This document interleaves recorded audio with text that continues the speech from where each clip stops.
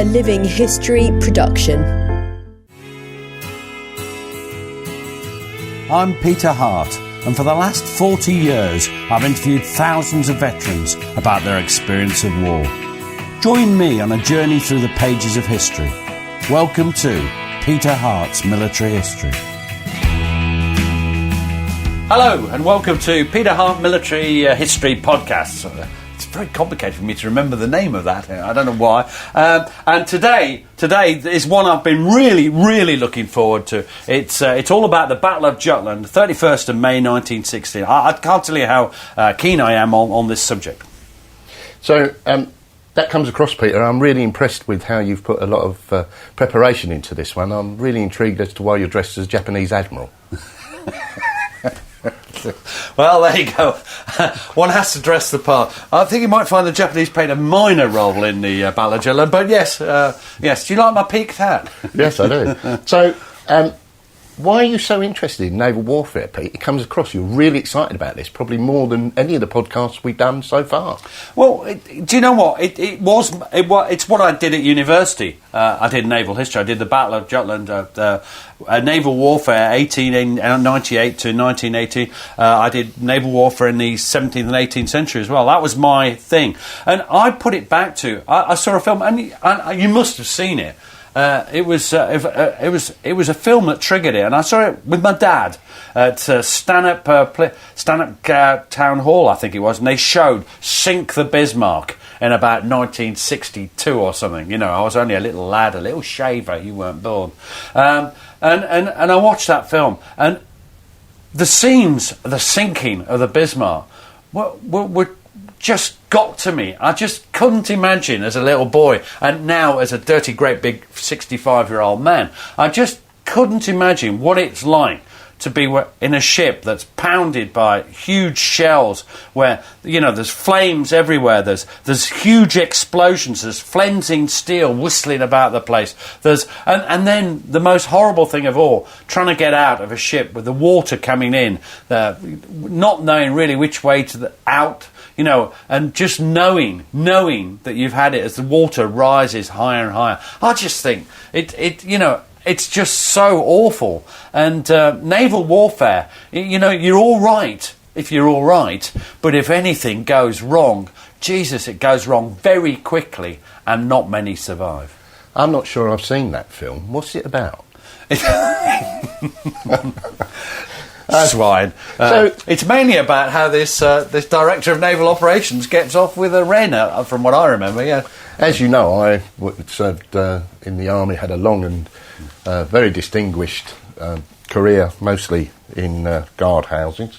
But when I was a child, I had a real fascination for joining the Navy.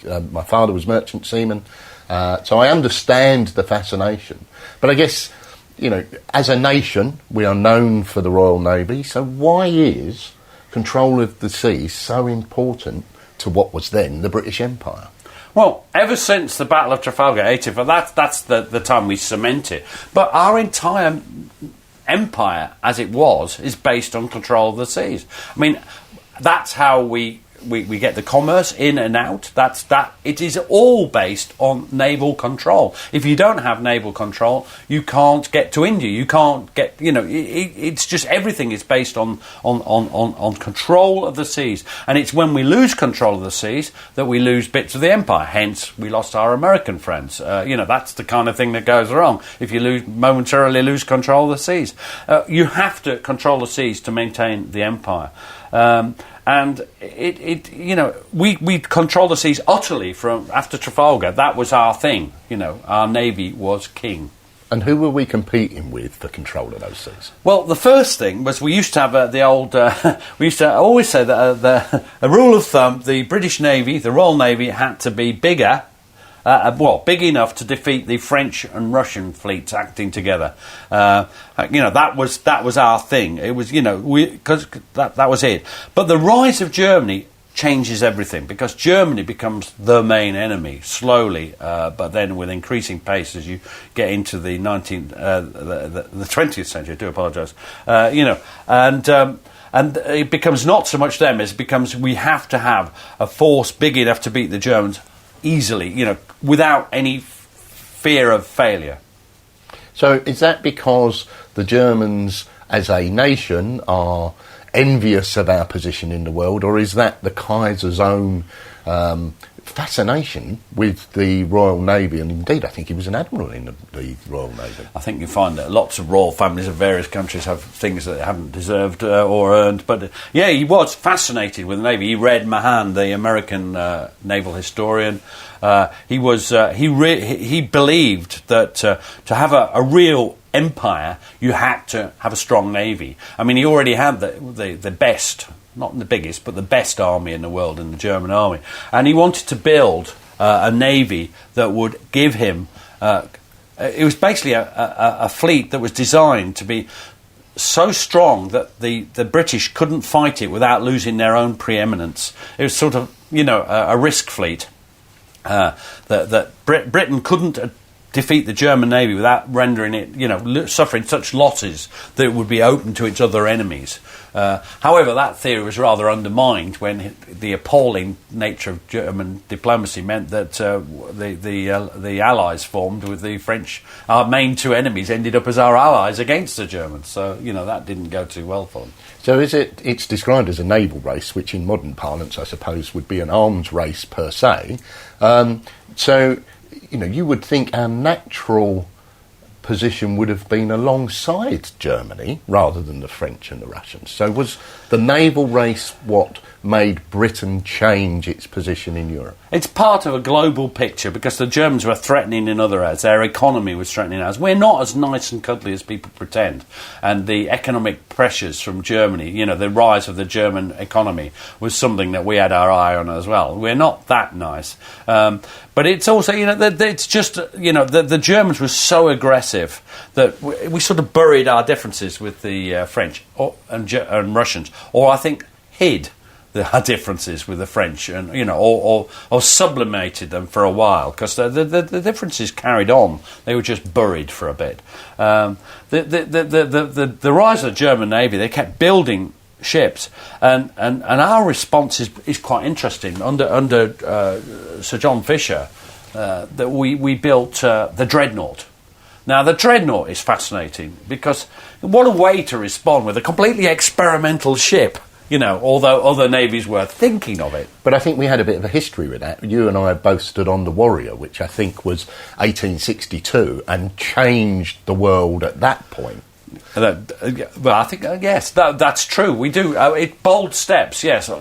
Making sure, and again, that was to try and knock back the French, our then enemies. And this is the same thing. Great analogy. This is the big step. And, it's got 10 12-inch guns instead of 4 12-inch guns. It's driven by the latest turbine engines. Wow. So it goes at, 18 to 21 knots. There's always a little spread in how fast they go. It's got the armour up to the current standards at the time. It was well armoured, and it is the first Dreadnought. And at a stroke, every other battleship in the world becomes known as a pre-Dreadnought. Often it's in the name, isn't it? But it wasn't just the Dreadnoughts, was it? There was the battle cruisers as well, although perhaps not quite so innovative. No, because the Dreadnoughts are 1906. 1908, we get the first battle cruiser. Now, this is Fisher's real interest. And the first battlecruiser is HMS Invincible. Splendid name. See how that goes. And Fisher's thing is that speed will be their armour. So these ships could go at the speed of light cruisers. They're 25 knots. They're fast. They are fast. They've got 8 12-inch guns, so only a couple less than the Dreadnought. And they've got, they're powerful engines, but they have bugger all armour. Their armour is not, because they've got these massive guns, they get treated as if they're ships of the line, that they can lie in the battle line, But actually they can't, because if they get hit by a 12-inch shell, it'll just go through.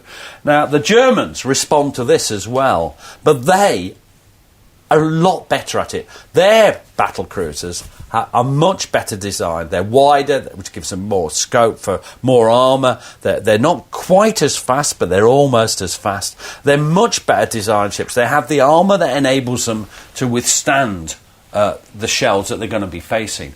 So the battle cruiser step is a bit of a misstep for the British. and it leads to a world of pain that goes right from when they first start in 1908 until I always say the end of the battle cruiser is when the Hood is sunk by the Bismarck, which we mentioned earlier.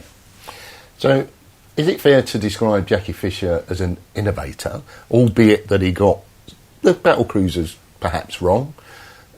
Was he an innovative man? He was. He was a gunnery specialist, and he did innovate. He was eccentric and combative. I can't say that word. But he was pretty punchy, and caused a lot of upset in the Royal Navy throughout the early 20th century. He designed a lot of things, or put in place a lot of things that were not thought through, and so I am ambivalent about Jackie Fisher, or John Fisher. I didn't know him that well. No, he was a great friend of mine. So we've got the introduction of the Dreadnoughts. You mentioned earlier that at a stroke, everything else becomes known as pre-Dreadnought. So I presume you mean by that considered obsolete. Yes, they were. They could no longer, if they appeared in a battle line, in a line of battle, they'd be at risk. They really would. One battleship, one Dreadnought was worth several pre-Dreadnoughts. So introduced 1906, during the period, shall we say, leading up to the start of the First World War, 1914. What sort of manufacture production are we talking about? How many were introduced on either side? Well, funnily enough, I don't know exactly. That's bad of me, but we've got just over 20. They've got sort of 16. Now that kind of, I really don't know the figures, but that's about the relative. They have about 2/3 of the number we have, but we've got more. We've got lots of things, and when the war starts, it's not quite as people imagined it would be, because we had, our fleet was what, they were about 2/3 of strength we had, but people are expecting something different at the start of the war from what they get. And our fleet at the start of the war is at Scapa Flow? Well, yeah, our admiral is Admiral Sir John Jellicoe. I'll put my cards on the table. I'm a big fan of Jellicoe's. Mind like a steel trap, a slide rule sort of thing. It's just smooth thinking all the time, unless he gets overtired, which of course the war does to him eventually. He knew in his dispositions at the start of the war, he knew that the Empire depended on the continued existence of what was then called the Grand Fleet, which he commanded. Nelson, when he fought at Trafalgar, there was another 2 fleets. But it was an all our eggs in one basket thing with the Grand Fleet. Everything's there. If it gets defeated, if it runs into a submarine trap or a mine trap, or it gets defeated, that's the end. There's no more Western Front. There's no more anything. Because, the first role of the Royal Navy is to keep the supply chains open to the Western Front. And if it gets defeated, then that's it. It's not going to be able to do anything. So his thing was that he wasn't going to take any risks. Now, the German thing, under a succession of admirals, von Paul, Ingenol, is that they're not going to take any risks either. They are not going to come out and have a great, huge battle, because if they get defeated, they're not a fleet in being anymore. They're more trouble to the British as a fleet in being than going out and having some Gotterdammerung and some huge bloody battle, which they might lose, in fact probably would lose. So they stay in harbour. Their aim is to reduce the British fleet by, your old friends, mines and torpedoes, because that's the way to do it. And they were known as the High Seas Fleet? Yes, thank you, High Seas Fleet, yes. Now, so the British based theirs, they had, the channel was blocked by a combination of mines, pre-Dreadnought forces, loads and loads of light forces down, the mines basically do it, block the channel. And then if you look at the map, there's a bit at the top that's about 80 miles across. So we based, to stop people getting out, we based our fleet in the Orkneys of the Shetland. Anyway, Scapa Flow. In those funny little Scottish islands. I know we very rarely go north of Edinburgh, but there is a bit more of the country up there.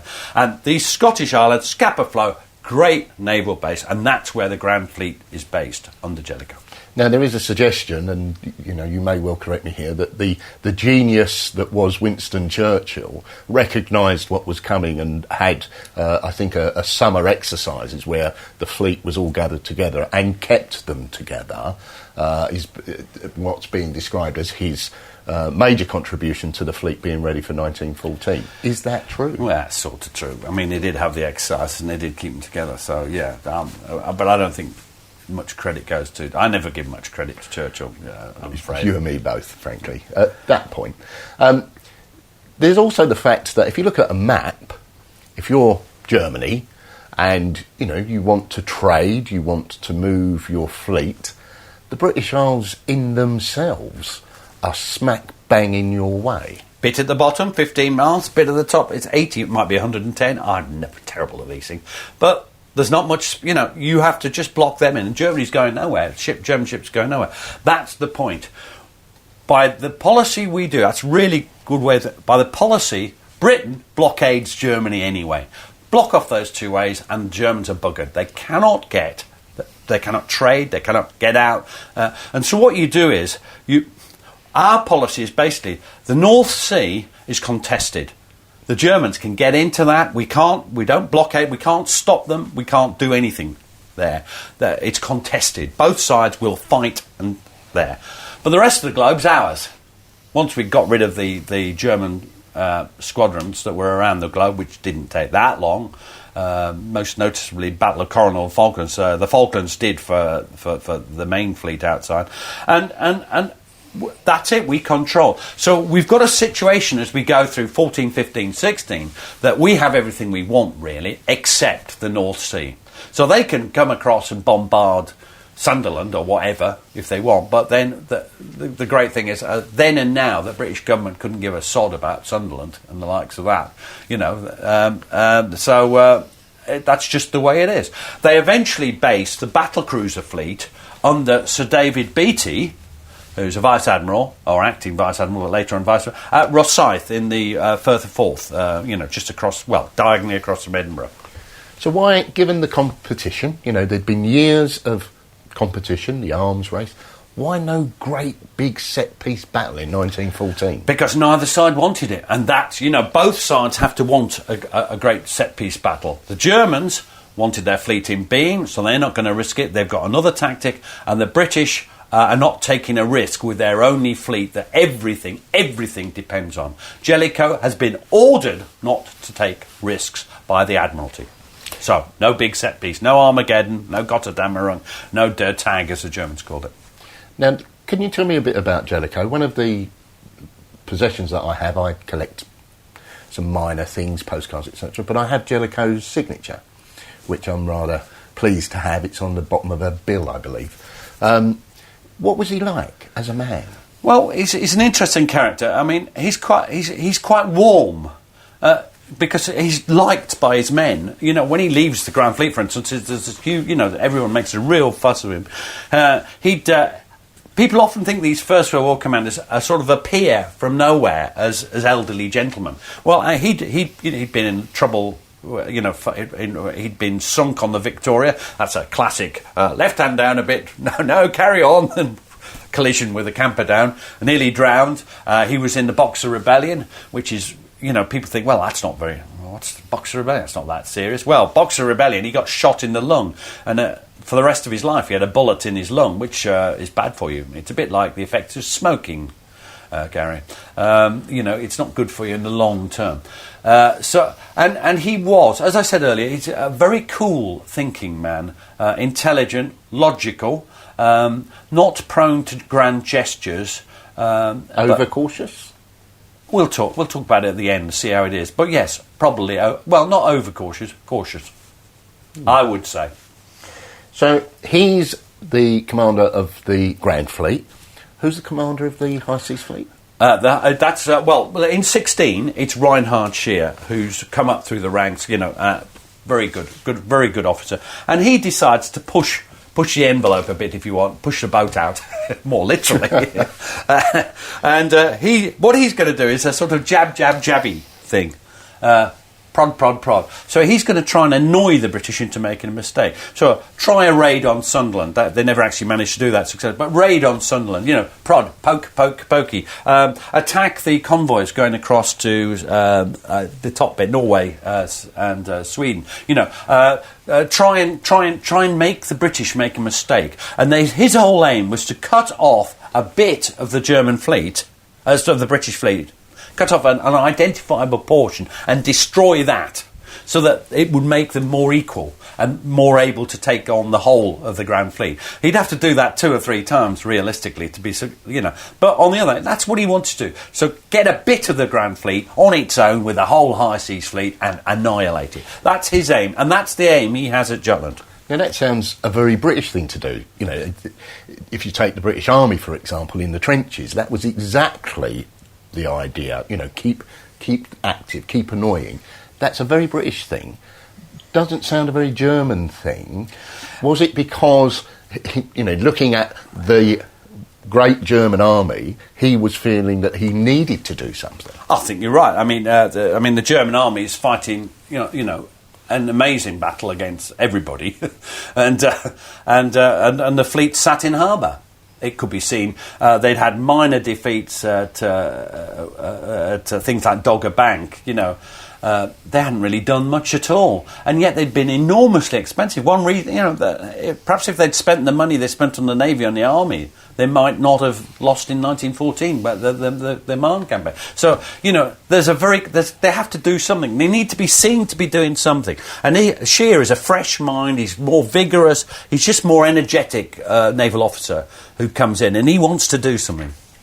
So we've introduced Jellicoe, we've introduced Scheer. You made a very brief mention of David Beatty. Now, Vice Admiral David Beatty is not my favourite, but sometimes I go over the top. He's not the brightest person in the world, but what he is he's a good leader in one sense. He's good at leading from the front.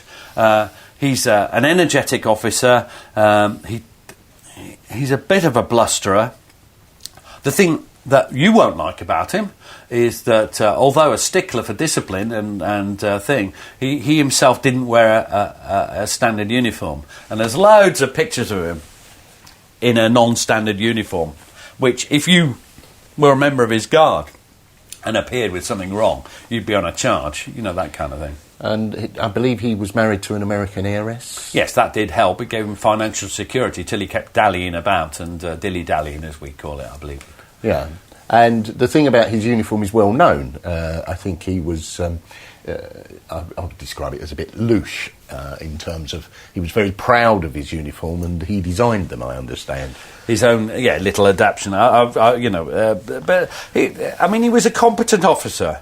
But he hadn't shone early in his career. But he's got his break, funny enough, in the campaign against the Egyptians, where he ran the gunboats on the Nile, and there he showed lots of vigour and thrust, as they call it, And he was also involved in the response to the Boxer Rebellion. He was, he was in the Boxer Rebellion, and he didn't get shot, but he was there. More experience, So these officers have seen fighting.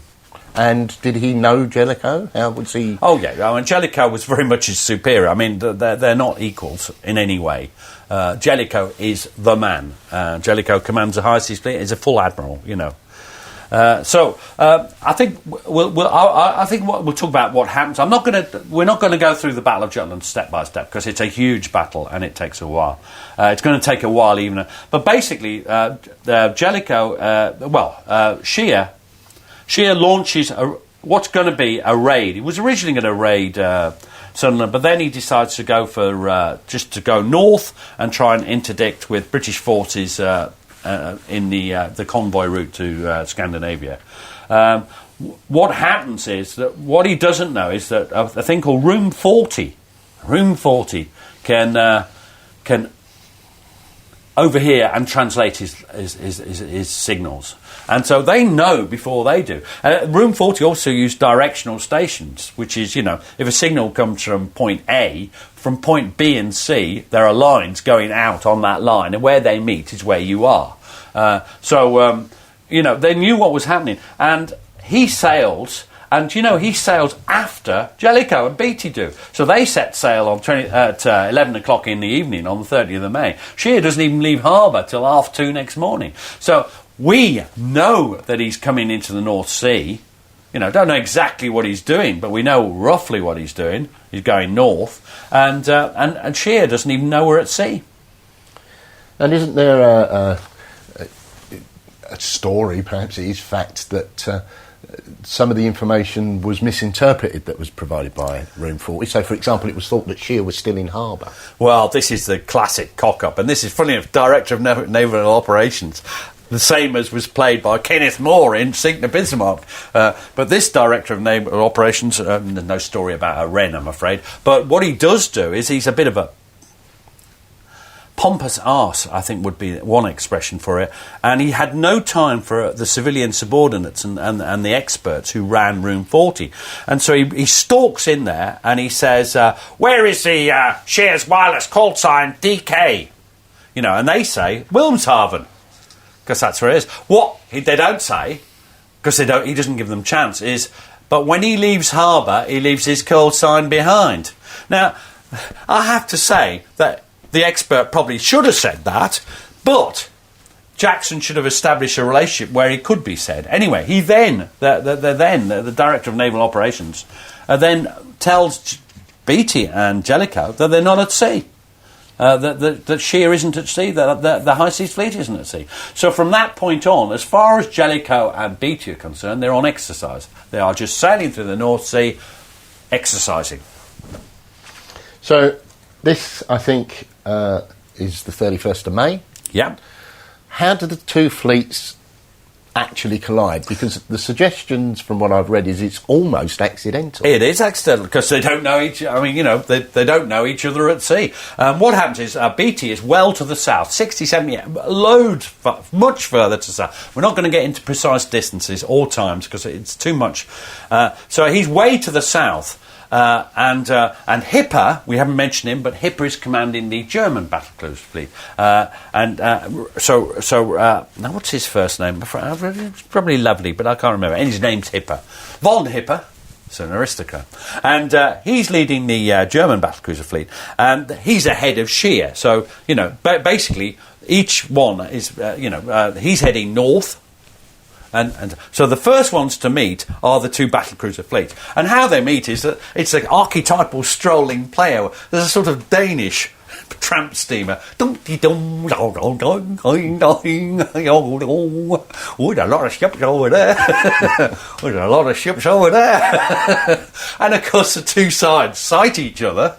They've gone to investigate this ship, and they see each other and start firing. The firing starts right about 2 o'clock. I'm not going to go into times. It's too difficult. And this is where the battle starts because gradually it builds up. The light forces start firing. It's destroyers, light cruisers, they're all firing. And it builds up and builds up. Now at this point, Beatty fails to concentrate his forces. He has got with him 5 or 6 battle cruisers. And he's got, because one of his battlecruiser squadrons has been sent to do gunnery training, he's got the 5th battle squadron, which are the super Dreadnoughts. What a bunch of ships they are! The Warspite, they're not the Queen Elizabeth, the head of the gun, but these have 8 15-inch guns. That's bigger than 12-inch. You might have noticed that. Yeah, work that out. That's the old education for you, And they're made Malaya, Barham. I can't pronounce Barham. It's got a posh roll name, Baham or something. But they are the most amazing ships, and they have been assigned. They go at 24 knots. They're super Dreadnoughts. They're the answer. They're nearly as fast as battle cruisers, but they've got 15-inch sort of armour as well as 15-inch guns. So they're there, and Beatty's meant to have them with him, but he leaves them 5 miles behind. When he hears that they've sighted the German battlecruiser fleet, he just dashes off. Yoicks, tally-ho! Sort of thing, and he doesn't leave proper signals for the 5th Battle Squadron. Admiral Evan Thomas, he can't read the signal because it's 5 miles away, so he can't read it. Yeah, but and he doesn't send a wireless one. Hang on. Once they engage, he must have heard the noise. No, 5 miles away. No, yeah. So basically, he is going left. Because he's on a zigzag, he starts going left, and Beatty goes off to the south, to the right. So the 5 miles becomes 6 miles, becomes 7 miles, becomes 8 miles, and this means that instead of having a superiority, he hasn't. He's basically got one ship more. Well, he's got 6 battle cruisers, and von Hipper has got 5. And this then begins. Now, this you'll like. Naval people are literal-minded. If you think I'm literal-minded, and they are very literal-minded. So the next phase of the battle... No, Peter, I think you're feeble-minded. I knew it was a word which, had L in it. Several L's. Anyway, the next phase of the battle is the run to the south. Now, guess which way they were going, Gary? North. Excellent guess. Well, no, south. And off they go to the south. They're in lines, so firing at each other. So is this in line with the plan? So Hipper must have been rubbing his hands together. He's got exactly what he wants. He's got a small, separated part of the fleet. And they're following him. And they're following him towards the High Seas Fleet, which is sort of coming up from... They're still coming up from the south. They're heading south. And so they've got the Beatty's force with the Super Dreadnoughts way of 5th Battle Squadron way behind, but they're all following down. Now, as they're firing at each other, so firstly, Beatty has not controlled his force properly. He has not concentrated his force. He's allowed, by his initial disposition, which he swore to Jellicoe he wouldn't. And now they're running to the south. And at this point, they're firing at each other, bang, bang, bang. But the 5th Battle Squadron aren't. They're way behind. And the first disaster happens at 1602. I will be precise about that because I've just seen it. And here's a quote from Signaller Farmer, and he's on the Indefatigable, which is being fired at by the Von der Tann, a German battlecruiser.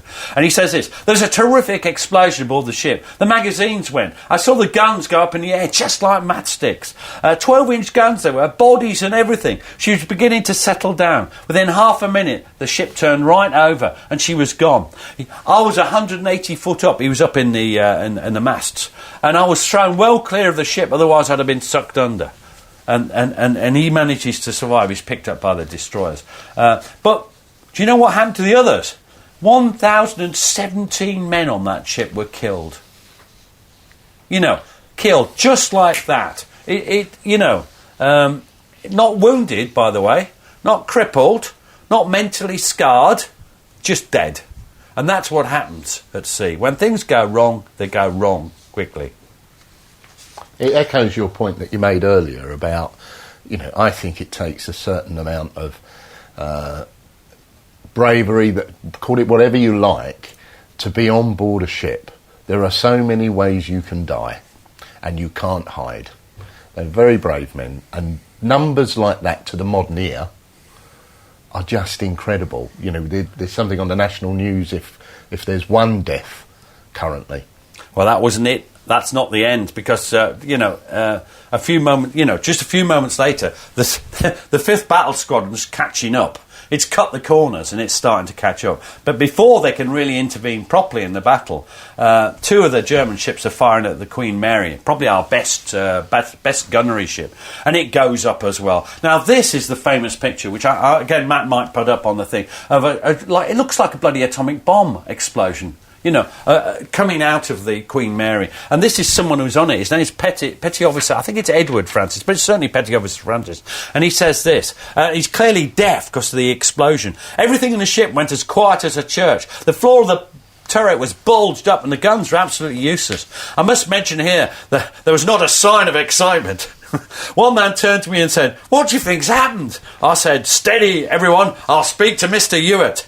I went back to the cabinet and said, "What do you think's happened, sir?" And he said, this is a British officer, of course, "God only knows." I put my head through the hole in the roof of the turret and I nearly fell through again. The after 4-inch battery was smashed right out of all recognition. And then I noticed the ship had an awful list to port. Now, I made a joke about Lieutenant Hewitt there, but Lieutenant Hewitt went down into the ship to get everyone out, and he was killed with it. and Francis goes up on. By this time, the end of the sinking of the Titanic in the famous film. The deck's like that. It's like a cliff. And he says, when I got to the ship's side, there seemed to be a fair crowd. They did not appear very anxious to take to the water. I called out to them, "Come on, you chaps! Who's coming for a swim?" And someone answered, "She will float for a long time yet." And then there's the next explosion, and she sinks. And Francis, of course, survives. That's 2 of the ships sunk. 2 battle cruisers. Now there's, now it's, I think, 4 all, and this is dreadful. But by now also the 5th Battle Squadron is starting to pound the rear ships of Hipper's line. So it's all, it's all in the balance. Beatty makes his famous remark, "I think there's something wrong with our bloody ships today." And what's wrong with them, we'll perhaps talk about in a bit. But what's really wrong is he has failed to concentrate his forces. In the rush of the moment. Did he do wrong? Well, I think he did. But, it's one of the things. So, why did our ships blow up and the Germans... I mean, the Germans were taking fire. It wasn't as if we weren't getting anything off. But they seemed to be able to cope with that. What was wrong with the ships, and why did we not learn any lessons from, example, Dogger Bank? Well, the Germans learnt their lesson because the Seydlitz was almost sunk there by a flash in the turret, which went down into the down through the loading chambers and into the magazine, and they bloody nearly were blown up. It was just they're very lucky they didn't. Well, different with us, we didn't have that experience, so we hadn't learned. So we've not only got not much armour on our vital parts, we've got less than the Germans, but we've also got a system of loading which involves speed. Because they were crap at gunnery in the battlecruiser fleet, they tried to fire as quickly as possible to make up for perhaps lack of accuracy. Well, that's all very good. So what you do is you have all the things lying around you for quicker survival. And, if you've got that bulkhead door, you tie it open so that you can get the stuff through it without opening and shutting. The end result is that the flash goes down. That's why we blew up. It was two things. The first thing is that the way we fired our guns, the discipline within the turrets, and the second thing is that the armour was penetrated. Now, I think the root cause is the armour wasn't thick enough, because in the end, the battleships, our dreadnoughts didn't blow up because they weren't penetrated. The battlecruisers, the armour was not enough. So are you saying that you could ascribe some of that to the British military's competitiveness? It likes to have competitions, the fastest to get the rounds off, that sort of thing. Yes, and yes. So they took shortcuts. They took shortcuts. It's a very British thing, isn't it? Yeah, absolutely. So, this is all going on? What's Jellicoe doing? Jellicoe's just steaming down from the north behind, and by this time, Beatty's getting close to the High Seas Fleet. And when his cruisers sight them, then we switch to the next part of the battle. And I'm going to have to go quickly over this bit, because what happens is he basically goes, handbrake turn, off back to you'll never guess what this is called. This is called the run to the north. They're going the opposite direction, presumably. Yes, and they're leading von Hipper and Scheer, the battlecruisers and the High Seas Fleet, towards Jellicoe. So the position is reversed. Remember, Scheer doesn't know that anybody's at sea. Nobody knows what's happening. And the only problem with this is that signalling discipline again. Beatty's ship signals and doesn't signal properly to the 5th Battle Squadron, who carry on sailing to the south. And there's this great gap of, and this must be, you can almost imagine... well, they turn eventually, and luckily, the armour of the 5th Battle Squadron, the Super Dreadnoughts, is such that in that next phase they don't manage to sink anybody, although there are some close shaves and there's some damage done to the ships. So during the next phase, they're running towards Beatty, towards Jellicoe. Beatty is leading them into a trap, just as he'd been led into a trap. At this point, this is where Scheer and Hip had their best chance. If they had the battle cruisers and they had the 5th Battle Squadron, to take out the 5th Battle Squadron would have met their battle aims. That would have been perfect. But the 5th Battle Squadron was too strong. The armour was too resilient. They couldn't sink them. So was this a planned act of... So did Jellicoe know that... potentially the High Seas Fleet was storming towards him. He'd been informed, but there was one of Beatty's criticisms of Beatty was that some cruiser admirals were informing everybody of what was happening. Beatty was slow and didn't particularly tell Jellicoe what was happening. At the time he should have done. And Jellicoe's in the dark, and he's coming down in 6 columns. I want you to imagine 6 columns, each column having a battleship squadron, and he's coming down towards an enemy. He doesn't know exactly where it is. And at last he sights Beatty, and Beatty tells him where the Germans are, and he deploys. And in those moments, this is the great moment for Jellicoe. If he makes a mistake, it's the end for the British army, the British Empire. He's got everybody. He's in 6 columns. The Germans are approaching the whole High Seas Fleet in a line. And he's not in a line. He's coming towards them. What's he going to do? And you get idiots like Churchill say he should have deployed on the right hand, the starboard column.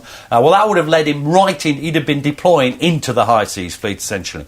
Others say he should have deployed on the centre column, except they hadn't practised that. I wouldn't like to do it for the first time.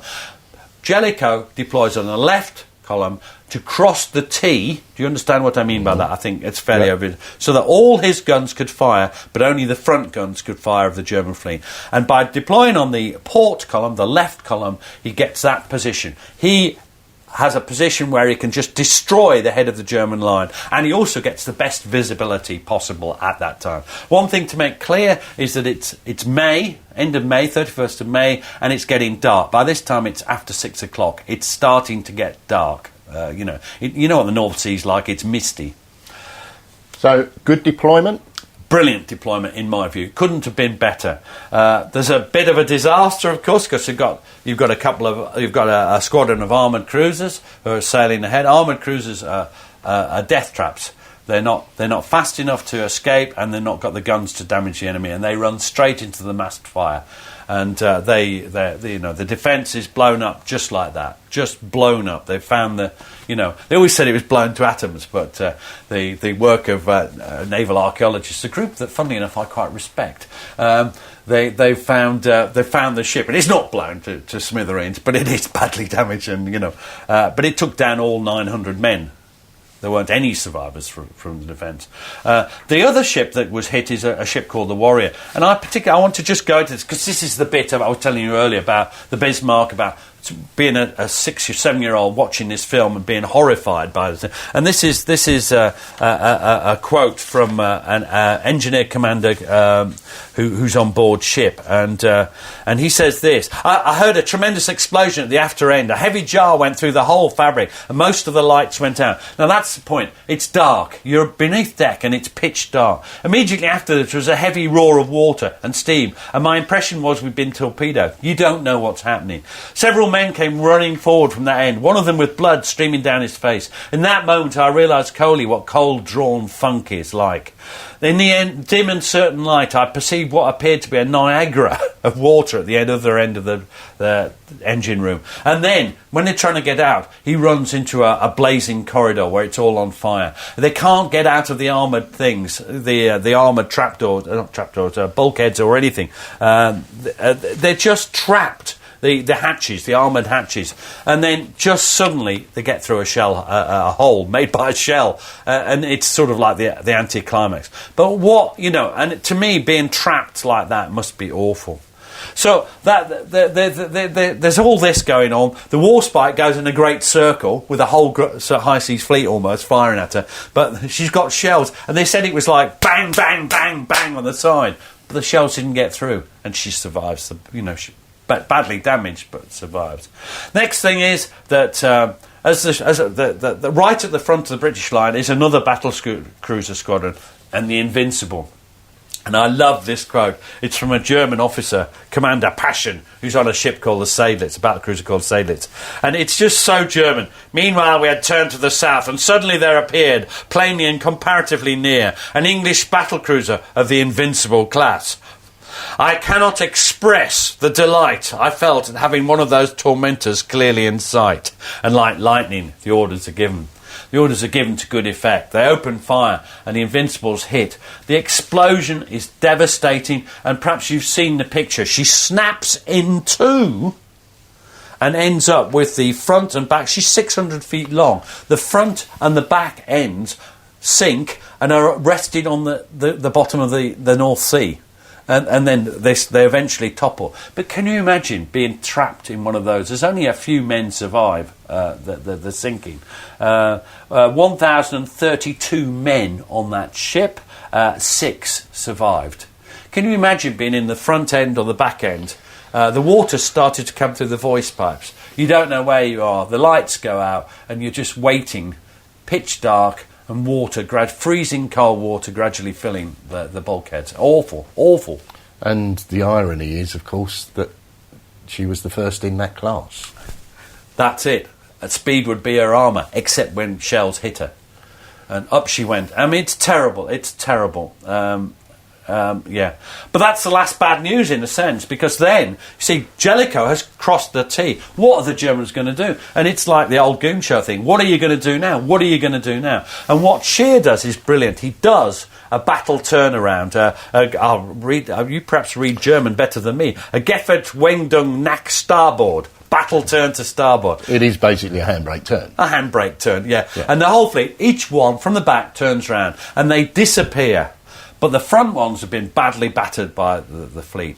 At this point, they've disappeared back to the south. Jellicoe goes on a bit further to the... I've always bad with east and west. He goes on to the east, right, and then turns to the south. In doing so, he puts himself across the route they need to take to go back to Wilhelmshaven, back to Germany, back to safety. He is between them and home. Scheer goes back to try and rescue a ship and runs into them again. This is hell on earth for the Germans. The front of the line gets battered. Once again, Jellicoe has crossed the T. The front of the German fleet is being battered to buggery. They really are being hit hard. And Scheer is desperate. He orders another battle turnaround, but also orders the battle cruisers and his destroyers to attack. Almost to cover it, willing to sacrifice them. This is the pinnacle of the battle. And as they go, they go forward, and the destroyers appear out of the mist to Jellicoe and launch their torpedoes. What is Jellicoe to do? So, in essence, what you're saying is he acted as if he was cornered. So Scheer's ordered the attack, but presumably with a view to saving the battlecruisers, the Dreadnoughts. That's it. Yes, he's trying to save them, to provide a screen, and he's hoping the confusion caused by this attack by the battlecruisers and the destroyers will give him time to get away. And it does. It does. The battlecruisers are by now... very few of their guns are working. They are really in trouble. Some of them are nearly sinking. But the destroyers press on. And as those torpedoes are coming towards the Grand Fleet, Jellicoe knows that the average British ship will sink if it's hit by a mine or a torpedo, because it's just the way they are. What's he going to do? And he either turns towards, because basically it's like they're coming towards him, a line of them. You either turn towards them or you turn away. If you carry on going in a straight line, you'll suffer a lot of casualties, or they believe they would. What's his basic premise? Safety first. Do not lose the fleet. Do not lose too great a proportion of the fleet. Even to destroy the Germans, it's not worth the risk. So he turns away. He's pilloried for this by many people, but in my view, and most sensible people, it's the right decision. It's not death or glory, it's what is the best for the British Empire, and that's what he does. He turns away. And a quote is ascribed to him, isn't it, that he was the only man in the war that could lose the war in a day. Yeah, and that's exactly what he does. So, by now, the battle, eventually the Germans are still trapped. Jellicoe is still between them and home. So the rest of the story, it's now pretty well dark. The German ships are blazing wrecks, they've got fires, they're listing some of them. A couple of them, Moltke and the Seydlitz, are almost sinking. The Lotso is definitely sinking. The others are battered, really battered. Some of the Dreadnoughts, the German Dreadnoughts, have been really badly hit, the ones at the front of the line. How are they going to get home? But as darkness falls, that gives Scheer his chance. He's got 2 or 3 routes he can take home. And I'm not going to go into them. There's one, go back and all the way around the world. Well, most of the ships would have sailed. That would be, he could go the Horns Reef route, which is the straightest and most direct, or he can go down to the North Frisian coast, past the Ems, mouth of the Ems.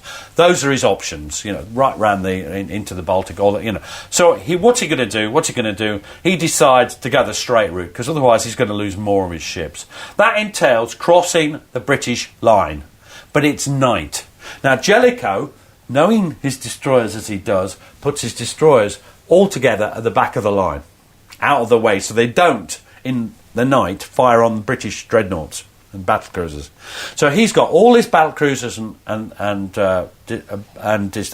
dreadnoughts at the front, and behind he has all his light forces.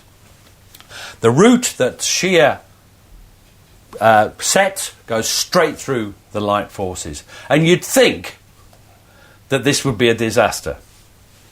So nobody opened fire? Well, some of them did, but a lot of it is the destroyers would see and they'd say, oh, ship looks like a Wiesbaden class. What could it be? Well, it's the Wiesbaden usually, Yeah.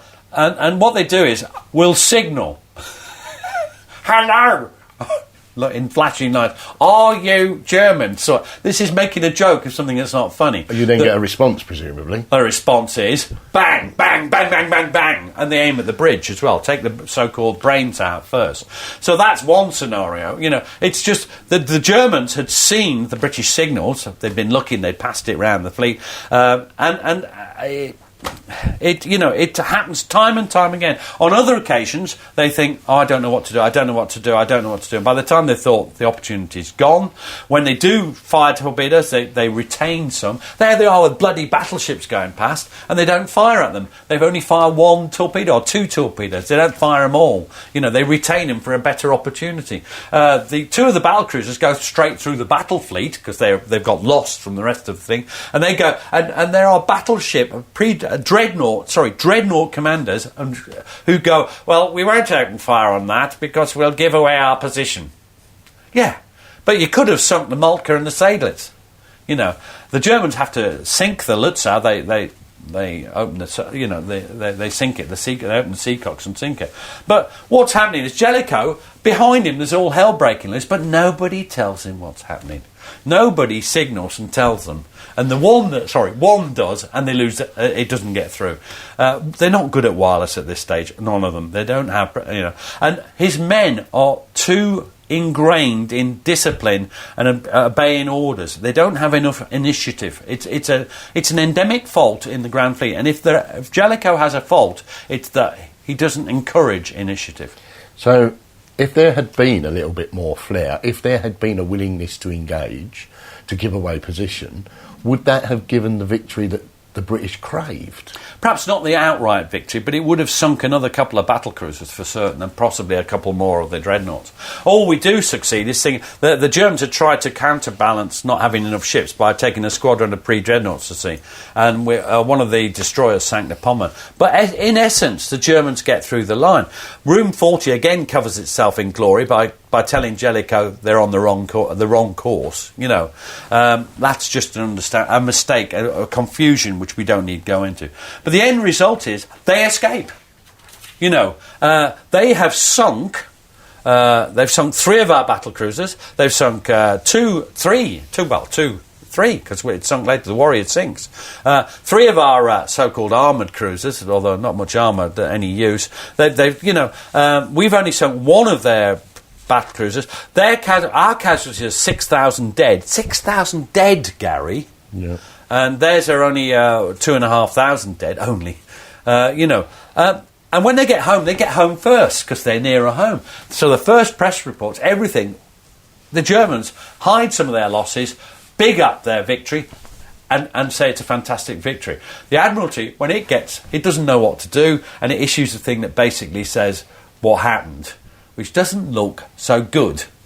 And there comes a perception that we lost. They try and correct that later on. But it ends up, this is the great debate, who won? And also, who performed well? We've mentioned the admirals. Who performed well? Well, that's the thing. I mean, I think, fundamentally, Jellicoe performed well until it gets dark. He made the right deployment. He kept control. He made the right decisions when the torpedo threat was there. He made the right decisions for the British Empire. At night, perhaps he should have realised what was going on. But do you know what? Perhaps he was knackered. He was getting on a bit. He was 58. That's pretty old. Still getting the British Army at 57. Yeah. Yes. That's now.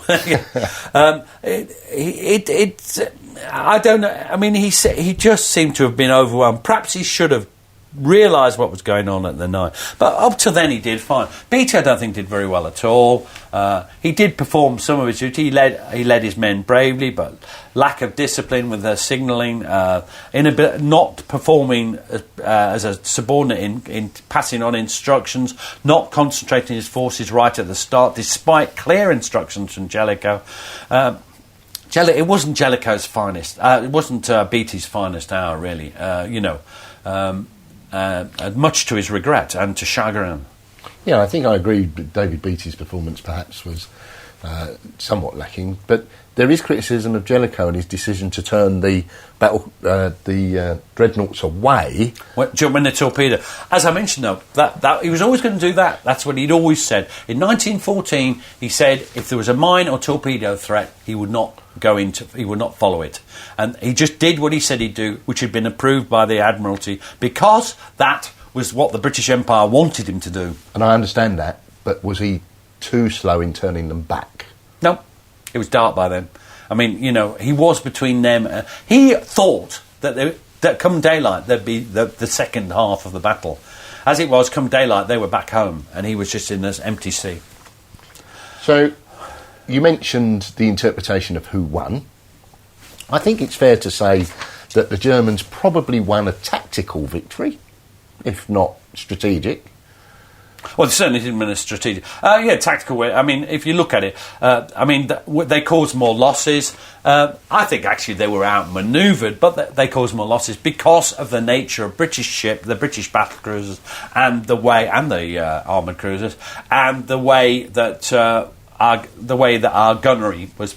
The gunnery problems that we had, which were not just as I've mentioned. There are numerous gunnery, like our shells didn't explode properly, like our armour wasn't thick enough, like the gunnery discipline below decks we have covered. There's a lot of things wrong with the way we had a lot to learn.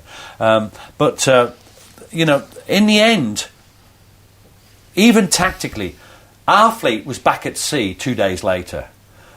We had other ships that we brought out. The men can never be replaced, not to their families, certainly.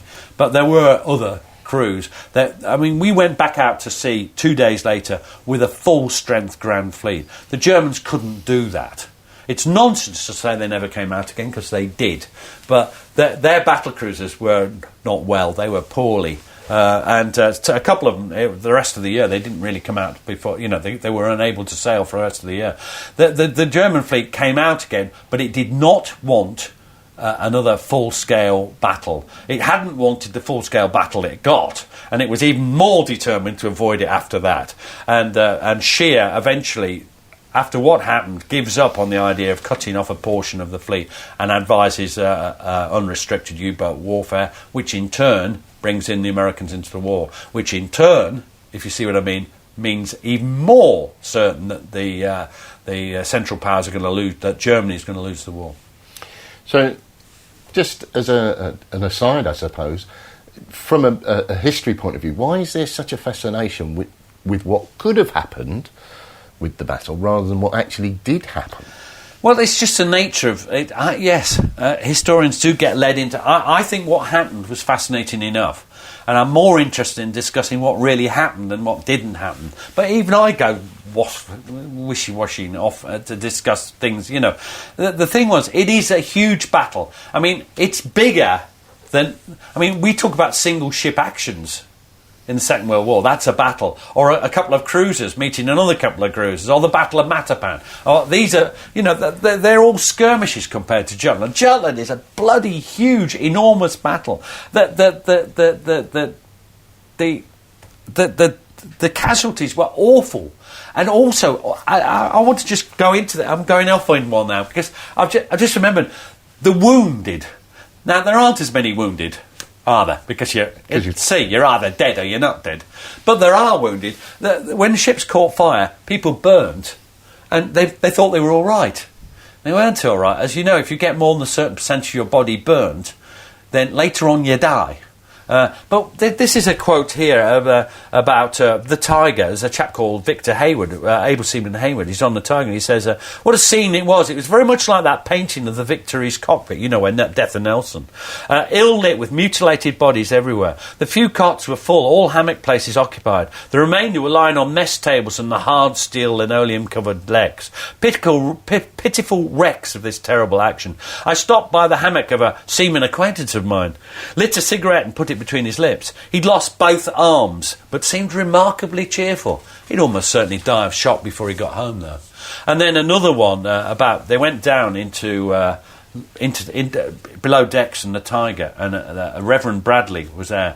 The sight was terrible. It's a considerable amount of body. There in all of this, mixed up with the rubbish and debris, were bodies and bits of bodies. What had no head as far as I could see, nor legs. The left arm was gone. The right lay near with its hand hanging off. It was a mere trunk, quite naked, for the blast tore the clothes off. You could feel the little bits of limbs under your feet as you walked ankle deep in water. That's horrific. It is, and it just, you know, and actually the party he was with sloped off. He was meant to be rescuing the bodies, but there weren't bodies, there were bits of bodies. This is what naval warfare is like, and it fascinates me, just the sheer horror, that it is incredibly violent. You know, it tears people apart, you know. So the Battle of, you know, who won? The British won. Why? The Royal Navy won. Why did it win? Well, the reason it won was, had the Germans managed to cut off a substantial port and destroy a substantial part of the Royal Navy? No. Did the Royal Navy still control both exits to the North Sea, i.e. Yes, they did. Dover Straits, and they were still back at sea 2 days later. Nothing had changed. If nothing has changed, the British still control most of the seas of the world. So Jutland was a strategic victory. The Germans did brilliantly. The German Navy is incredibly brave and to be admired. Their performance is remarkable at times. Some of the feats of heroism, which we haven't dwelt on so much, are just admirable. But in the end, the British won the Battle of Jutland. Thank you very much, Pete.